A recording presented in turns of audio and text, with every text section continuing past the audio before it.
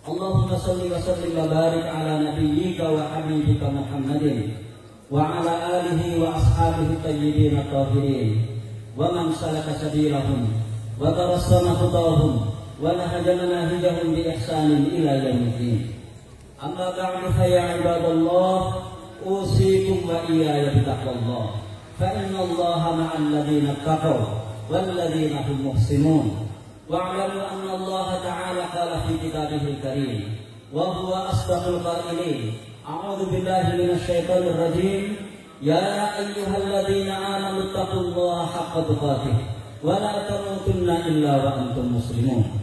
وقال أيضا يا أيها الذين آمنوا اتقوا الله وقولوا قولا سديدا يصلح لكم أعمالكم ويغفر لكم ذنوبكم ومن يطع الله ورسوله فقد فاز فوزا عظيما. الله أكبر الله أكبر الله أكبر الله أكبر الله أكبر الله أكبر الله أكبر الله أكبر الله أكبر الله أكبر كبيرا والحمد لله كثيرا وسبحان الله بكرة وأصيلا. لا إله إلا الله ولا نعبد إلا إياه مخلصين له الدين ولو كره الكافرون. لا إله إلا الله وحده صدق وعده ونصر عبده وأعز جنده وهزم الأحزاب وحده. لا إله إلا الله والله أكبر الله أكبر ولله الحمد. Masyaallah muslimin, jamaah salat Id rahimakumullah. Kita bersyukur kehadirat Allah Subhanahu wa taala. Dan kita akan tetap bersyukur kehadirat Allah Subhanahu wa taala dalam berbagai macam kesempatan yang kita miliki. Terlalu banyak nikmat Allah yang telah dianugerahkan kepada kita. Dan salah satu yang paling berharga dan tidak ternilai dari nikmat itu adalah keimanan dan ketakwaan kita kepadanya. Iman dan takwa inilah ma'asyarul muslimin yang menjadikan kemudian kita melaksanakan salah satu ibadah besar yang meskipun dia bernilai sunnah muakkadah, tapi memiliki nilai syiar yang sangat-sangat agung. Dia adalah salat Idul Adha, sebagai rangkaian dari keseluruhan yang kita lakukan di hari raya Idul Adha. Kita hadir di sini untuk mengagungkan Allah Subhanahu wa taala.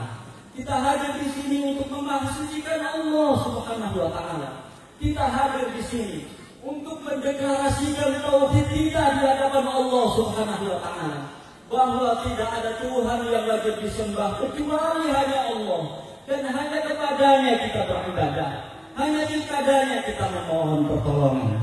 Dan masyaallah muslimin, sesungguhnya inilah pelajaran besar yang ada di dalam Idul Adha yang kita selenggarakan pada kesempatan ini. Dan itu semuanya kemudian banyak sekali berbagai macam hal atau yang sering kita sebut dengan berbagai macam kata kunci yang menjadikan kita dekat kepada Allah Subhanahu wa taala di hari raya Idul Adha ini. Allahu Akbar, Allahu Akbar, la ilaha illallah, Allahu Akbar, Allahu Akbar, walillahil hamd. Kalau kita lihat di dalam Al-Qur'an, maka nabi yang paling banyak doanya diabadikan oleh Allah Subhanahu wa taala itu adalah Nabi Ibrahim. Sekurang-kurangnya di dalam Al-Quran itu ada 20 doa. Yang doa itu adalah doa-doa Nabi Ibrahim yang diabadikan oleh Allah Subhanahu wa taala di dalam Al-Quran. Dan kita sholat Idul Adha ini salah satunya adalah untuk mentauladani legenda sejarah yang agung yang belum ada tandingannya di dalam sejarah umat manusia. Sejarah Abul Anbiya, sejarah Nabi Ibrahim alaihissalam yang karenanya kemudian menurunkan para nabi. Dan kalau kita lihat di dalam doa-doa itu ma'asyarul muslimin, maka kita akan jadi tahu bahwa sesungguhnya doa-doa yang dipanjatkan oleh Nabi Ibrahim yang diabadikan oleh Allah Subhanahu wa taala di dalam Al-Qur'an itu adalah doa-doa yang terkait dengan keseluruhan dari apa yang dibutuhkan oleh umat manusia. Karena itu layak kiranya kita untuk selalu memandangkan doa-doa Nabi Ibrahim itu sebagai sebuah kebutuhan kita. Apalagi sekarang ini Allah Subhanahu wa taala mentakdirkan kita sholat Idul Adha di tengah situasi yang sangat-sangat spesial. Saya tidak ingin mengatakan ini adalah situasi sulit, Karena pada dasarnya bagi orang-orang yang beriman atas pertolongan Allah Subhanahu wa taala itu tidak ada situasi sulit. Karena pada saat Allah Subhanahu wa taala menurunkan situasi sulit, saat itu juga Allah Subhanahu wa taala menurunkan situasi mudah. Dan itu semuanya sudah kita ketahui bersama, sebagaimana ayat yang sering kita ulang-ulang di dalam keseharian kita, bahkan sering dibaca oleh imam-imam kita ketika di masjid. Fa inna ma'al usri yusra, inna ma'al usri yusra. Maka sesungguhnya bersama kemudahan itu ada kesulitan, bersama kesulitan itu ada kemudahan. Sesungguhnya bersama kesulitan itu ada kemudahan. Dan dari sinilah maka seorang mukmin harus benar-benar memiliki hati yang bersih, pikiran yang jernih, untuk memiliki sifat yang tepat di dalam menghadapi situasi ini. Jangan mengeluh, jangan berputus asa, jangan menurunkan standar ibadahnya di hadapan Allah Subhanahu wa taala ketika menghadapi situasi sulit. Karena pada dasarnya situasi sulit itu adalah cara Allah Subhanahu wa taala untuk mendewasakan kita. Dan tahukah kita ma'asyiral muslimin bahwa secara legenda hidup, secara legenda sejarah yang luar biasa itu sering diuji oleh Allah Subhanahu wa taala dalam situasi-situasi sulit. Bahkan dalam perjalanan hidup Nabi Ibrahim itu hampir keseluruhannya tidak ada situasi mudah dalam perjalanan kita. Tapi demikianlah Nabi Ibrahim alaihissalam dengan pertolongan Allah Subhanahu wa taala bisa melalui situasi-situasi sulit itu dengan hasil yang sangat-sangat luar biasa, dan kemudian kita tauladani sekarang. Allahu Akbar, Allahu Akbar, la ilaha illallah, Allahu Akbar, Allahu Akbar, walillahil hamd. Karena itu ma'asyiral muslimin, dan saya kira ini yang menjadi tema besar yang saya sampaikan di dalam khutbah ini. Dalam kondisi sulit itu, seharusnya kaum mukmin itu selalu mengingat-ingat nikmat Allah Subhanahu wa taala. Bahwa nikmat-nikmat Allah Subhanahu wa taala itu jauh lebih besar, jauh lebih banyak dibanding berbagai macam kesulitan yang kita hadapi. Dan inilah yang harus sering kita ulang-ulang dalam pikiran kita, untuk mengingat kondisi-kondisi mudah itu, untuk mengingat nikmat-nikmat Allah Subhanahu wa taala itu.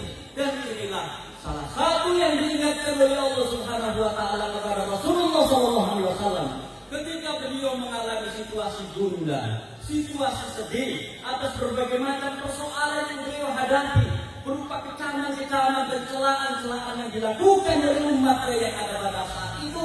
Allah Subhanahu wa taala mengingatkan, inna a'tainakal kautsar fasholli li rabbika wanhar inna syani'aka huwal abtar. Inilah yang saya kira penting menjadi bahan renungan kita pada kesempatan ini, bahwa berbagai macam kesulitan yang kita hadapi sekarang ini sesungguhnya masih jauh lebih besar kenikmatan-kenikmatan dari Allah Subhanahu wa taala yang diberikan kepada kita. Sehingga seorang mukmin selalu mengingat-ingat kenikmatan-kenikmatan itu, dan kemudian secara benar bersikap atas kenikmatan-kenikmatan itu. Inilah yang saya kira penting ma'asyiral muslimin untuk menjadi bahan renungan kita pada kesempatan ini. Dan sikap yang benar untuk melihat kenikmatan-kenikmatan itu adalah fasholli li rabbika wanhar. Tidak terlalu sulit ini untuk diucapkan, bahkan tidak terlalu sulit pula ini untuk dipahami. Dua kata kunci yang penting kita lihat di dalam kesempatan ini adalah fasholli li rabbika wanhar. Maka sholatlah kamu Muhammad karena Tuhanmu, dan sembelihlah hewan kurban. Dua kata kunci itu ma'asyiral muslimin. Pertama adalah sholat. Seorang mukmin ini memiliki sebuah ibadah besar yang Allah Subhanahu wa taala mensyariatkannya kepada kita, bahkan mewajibkannya untuk sholat-sholat tertentu, yaitu as-shalawatul maktubah, melaksanakan sholat, menunaikan sholat, dan kemudian pada gilirannya yang benar adalah mendirikan atau menegakkan sholat. Dari sinilah ma'asyiral muslimin, dalam situasi yang sekarang ini kita alami, dan kemudian mensyukuri nikmat Allah Subhanahu wa taala itu adalah dengan sholat. Dan sholat itu adalah induk dari ibadah-ibadah yang kita lakukan kepada Allah Subhanahu wa taala. Sholat adalah penentu dari semua amal perbuatan kita. Dan karena itu ma'asyiral muslimin, saya menegaskan kepada pada kesempatan ini dengan sebuah penegasan yang barangkali selalu berulang-ulang kita dengarkan. Jangan sekali-kali ada pikiran yang terbesit di dalam benak kita untuk meninggalkan sholat. Kenapa demikian? Ketika orang itu melaksanakan sholat dan menunaikannya, akan mudah orang itu untuk melakukan perbuatan-perbuatan amal-amal soleh lainnya. Ketika orang itu sudah komitmen melaksanakan sholat, maka dia akan terbiasa untuk kemudian meninggalkan berbagai macam kesalahan-kesalahan dan dosa. Karena itu jangan sedikit pun di dalam benak kita ini untuk meremehkan yang bernama sholat dan kemudian kita naudzubillah min dzalik menterlantarkannya atau bahkan meninggalkannya. Kalau kita lihat di ayat itu, sarana paling efektif untuk bersyukur atas kenikmatan adalah komitmen di dalam melaksanakan sholat. Dan ini pula ma'asyiral muslimin yang kemudian dimohonkan oleh Nabi Ibrahim alaihissalam kepada Allah Subhanahu wa taala. Yang saya baca di rakaat kedua tadi di ayat yang ke-40 dari surat Ibrahim, surat yang ke-14, Rabbi ja'alni muqimas sholati wa min dzurriyyati Rabbana wa taqabbal du'a. Ya Allah ya Tuhanku, jadikanlah aku termasuk orang-orang yang menegakkan sholat dan juga anak-anak keturunanku. Ya Allah ya Tuhanku, terimalah doaku. Ada ulama yang sangat bagus di dalam menerjemahkan, menafsirkan ayat ini, bahwa di samping sholat itu adalah kewajiban, di samping sholat itu adalah fardu yang harus dilakukan oleh kaum mukminin dan mukminat, maka sebagaimana doa Nabi Ibrahim tadi, sholat itu adalah ibadah besar sebagai sebuah sarana efektif agar Allah Subhanahu wa taala mengabulkan doa-doa kita. Dan karenanya di akhir doa Nabi Ibrahim itu beliau mengatakan, Rabbana wa taqabbal du'a. Ya Allah, terimalah doaku. Setelah beliau mengatakan, Rabbi ja'alni muqimas sholati wa min dzurriyyati. Allahu akbar, Allahu akbar. La ilaha illallah, Allahu akbar, Allahu akbar, walillahil hamd. Yang kedua adalah wanhar. Ketika nikmat Allah Subhanahu wa taala itu kemudian dianugerahkan kepada kita, hal efektif berikutnya yang sangat-sangat penting untuk kita jadikan sebagai sarana mengekspresikan dan mengaktualisasikan rasa syukur kepada Allah Subhanahu wa taala adalah wanhar, mau berkorban, yang di situ secara eksplisit disebut sebagai mau menyembelih hewan kurban. Dan ma'asyiral muslimin, menyembelih hewan kurban itu mengucurkan darah. Dan itu sebabnya di dalam sebuah hadis disebut tidak ada amalan penting melebihi pentingnya amalan menyembelih hewan kurban di hari-hari Nahar. Dan hari-hari Nahar itu adalah hari ini, kemudian besok, hari Sabtu, hari Ahad dan hari Senin. Itu adalah hari-hari Nahar, hari-hari penyembelihan hewan kurban. Dan sekali lagi, penyembelihan hewan kurban itu adalah mengucurkan darah sebagai sebuah simbol penting dan besar bagi seorang mukmin agar tidak segan-segan berkorban. Ma'asyiral muslimin, saya kira ini poin penting yang menjadi perhatian kita semuanya. Kenapa demikian? Jangan menyesal kalau kita kemudian tidak mau berkorban. Na'udzubillah min dzalik, kita ini nanti akan menjadi bangsa yang menjadi korban. Kira poin penting ini yang perlu kita cermati bersama. Kenapa? Karena mereka-mereka yang di dalam dirinya ada semangat untuk selalu ingin berkorban, maka mindset di dalam berpikirnya itu adalah mindset memberi, bukan mindset menerima. Mindset untuk tangan di atas, bukan mindset untuk tangan di bawah. Dan mindset tangan di atas inilah ma'asyiral muslimin adalah hamba-hamba Allah Subhanahu wa taala yang mulia, yang kemudian mereka menjadi orang-orang yang suka berkorban, dan karenanya Allah menghindarkan dirinya dari menjadi korban. Itu sebabnya kenapa di dalam kondisi dulu yang dialami oleh para sahabat, meskipun mereka miskin, meskipun mereka tidak berpunya, tapi mereka tidak mau meminta-minta. Di satu sisi, di sisi yang lain, masyarakat muslimin, dan saya kira ini yang penting kita ketahui bersama, orang-orang yang suka berkorban ini adalah orang-orang yang punya kapasitas kepemimpinan. Dan inilah yang juga diminta oleh Nabi Ibrahim alaihissalam, yang dianugerahkan oleh Allah Subhanahu wa taala, yang saya baca di rakaat pertama tadi, surat Al-Baqarah ayat yang 124. Wa idh qala Ibrahim rabbuhu bi kalimatin fa atammahun qala inni ja'iluka lin-nasi imaman qala wa min dzurriyyati qala la yanalu ahdi dzalimin. Dan ingatlah ketika Ibrahim diuji oleh Tuhannya dengan berbagai macam ujian, dan dia lulus dengan ujian-ujian itu. Allah berfirman, sesungguhnya kami menjadikan engkau Ibrahim para pemimpin bagi umat manusia. Ibrahim mengatakan, anak keturunanku juga ya Allah. Allah mengatakan, Allah berfirman, qala la yanalu ahdi dzalimin, tidak akan mendapatkan janjiku orang-orang yang berbuat zalim. Kenapa masyarakat muslimin? Orang yang suka berkorban ini adalah orang-orang yang punya kapasitas kepemimpinan. Dan saya ingin mengatakan pada kesempatan ini, kepemimpinan di sini bukanlah sekedar sebuah kepemimpinan formal.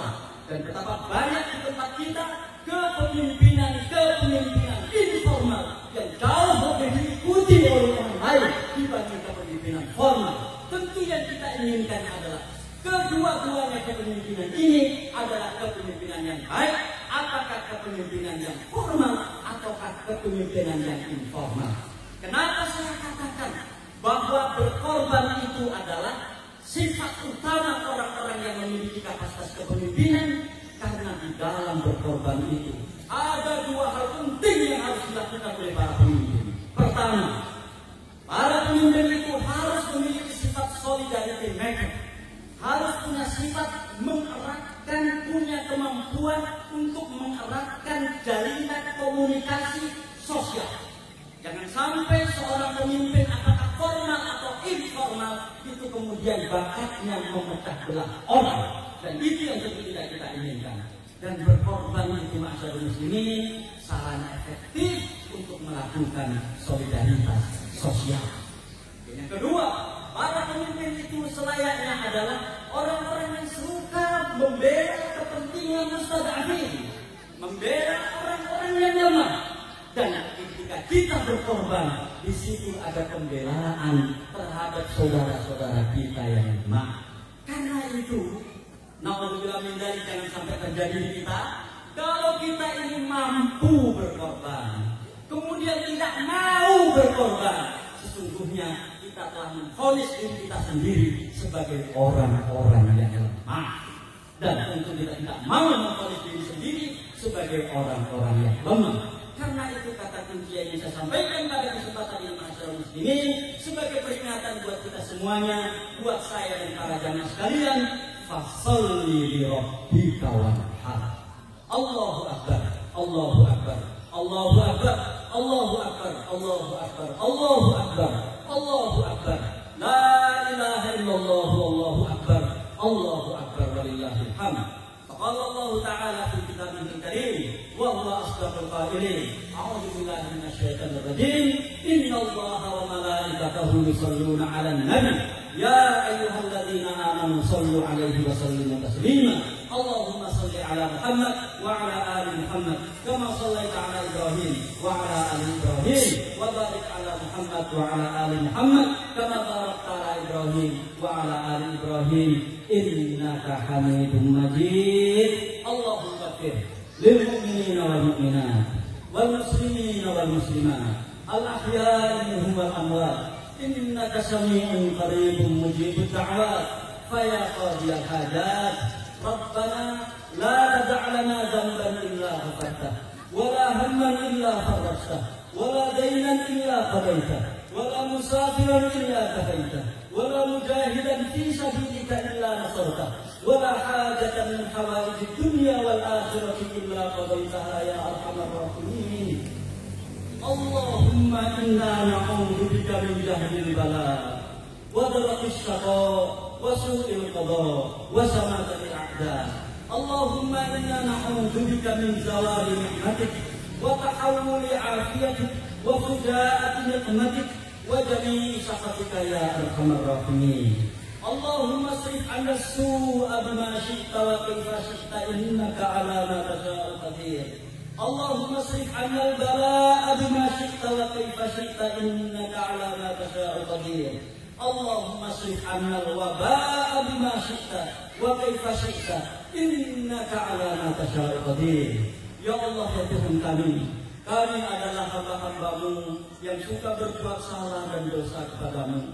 Kalau Engkau tidak mengampuni kami, ya Allah, sungguh kami akan menjadi orang-orang yang merugi. Ya Allah, ya Tuhan kami, ampunilah dosa-dosa kami, ampunilah dosa-dosa kedua orang tua kami, ampunilah dosa suami-suami kami, ampunilah dosa istri-istri kami, ampunilah dosa anak-anak keturunan kami, ampunilah dosa saudara-saudara kami, ampunilah dosa-dosa para pemimpin kami, dan jadikanlah kami ya Allah sebagai hamba-Hambamu yang bersyukur, hamba-Hambamu yang senantiasa dekat kepadamu dan selalu menyayangi hamba-Hambamu yang lainnya.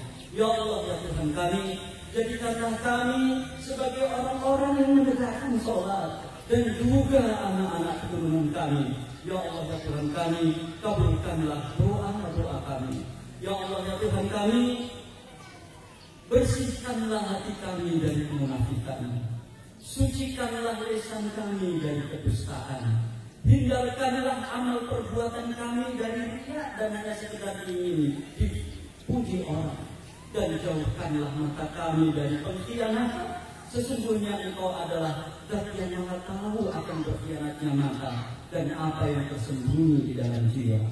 Ya Allah, ya Tuhan kami, janganlah Engkau bersihkan di dalam benak kami sedikit pun untuk ingin berbuat dosa padamu. Janganlah Engkau bersihkan di dalam benak kami sedikit pun untuk ingin melanggar sunnah Rasul-Mu. Jadikanlah hamba-Hambamu, jadikanlah kami hamba-Hambamu yang selalu istiqamah di dalamnya. Ya Allah, ya Tuhan kami, tunjukkanlah yang benar itu benar di hadapan kami, dan berikan kekuatan kepada kami untuk bisa melaksanakan yang benar itu. Tunjukkanlah yang salah itu salah di hadapan kami, dan kemudian berikan kekuatan serta rezeki kepada kami untuk bisa meninggalkan dan menjauhi yang salah itu. Ya Allah, ya Tuhan kami, berikanlah kami kesadaran untuk selalu ingat akan kebesaran-Mu dan kemudian beribadah kepadamu. Berikanlah kami kemampuan untuk memiliki keinginan yang kuat agar senantiasa kami menjadi orang-orang yang taat kepadamu. Ya Allah, ya Tuhan kami, terimalah seluruh amal kami, terimalah salat kami, terimalah berkorban kami. Jadikanlah ia ya Allah sebagai pemberat timbangan kebaikan kami di akhirat nanti, di saat kami menghadap-Mu. Ya Allah, ya Tuhan kami, berikanlah umur panjang kepada kami dan kesolehan di dalam hidup. Dan kalau Engkau berkehendak yang lain ya Allah, maka wafatkanlah kami dalam keadaan husnul khatimah. Rabbana atina fid dunya hasanah wa fil akhirati hasanah wa qina adzabannar. Ya Aziz ya Ghaffar ya Karim ya Sattar, harrim hadhihi wujuha jami'an 'alaina wa subhana rabbika rabbil izzati amma yasifun wa salamun 'alal mursalin wa akhiru da'wana alhamdulillahi rabbil alamin. Assalamualaikum warahmatullahi wabarakatuh.